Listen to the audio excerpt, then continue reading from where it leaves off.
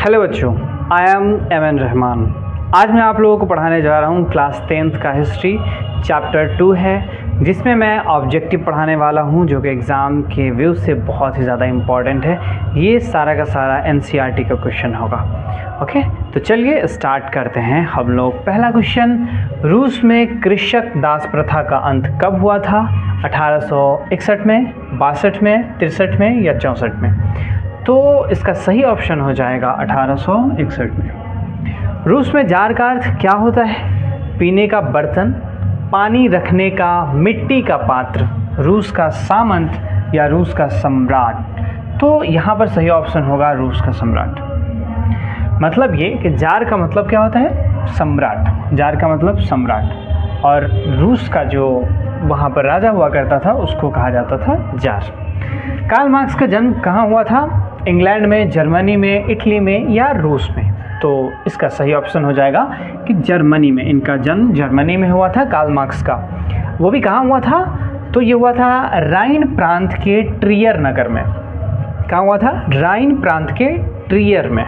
Okay, चलिए अब साम्यवादी शासन का पहला प्रयोग कहाँ हुआ था? रूस में, जापान में, चीन में या क्यूबा में? तो सही ऑप्शन इसका हो जाएगा आपका रूस। इससे रिलेटेड कुछ क्वेश्चन से देख लेते हैं। देखो, पहले क्या हुआ कि 1917 में बोल्शेविक क्रांति हुआ।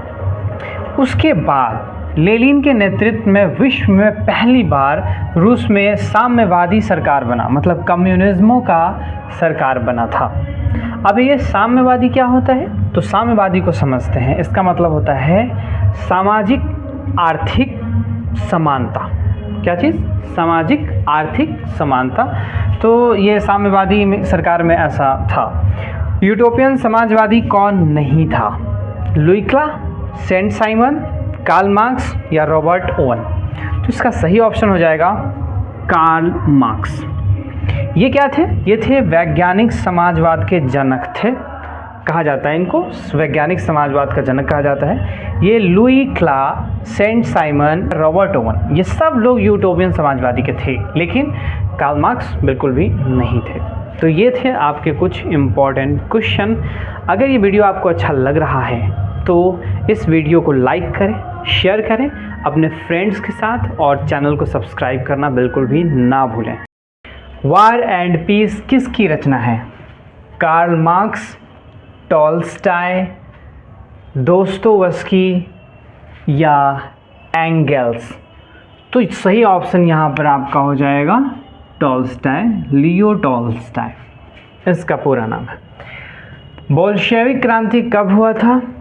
फरवरी 1917 में, नवंबर 1917 में, अप्रैल 1917 में या 1905 में?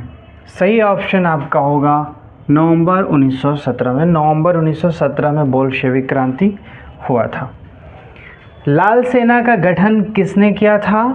कार्ल मार्क्स, स्टालिन, ट्रोट्स्की या केरेंस्की?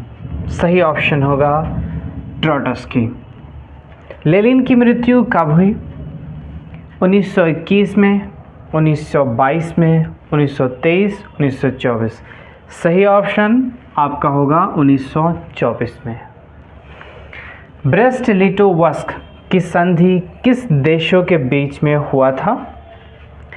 रूस और इटली, रूस और फ्रांस, रूस और इंग्लैंड, रूस और जर्मनी? आपका सही ऑप्शन होगा रूस और जर्मनी।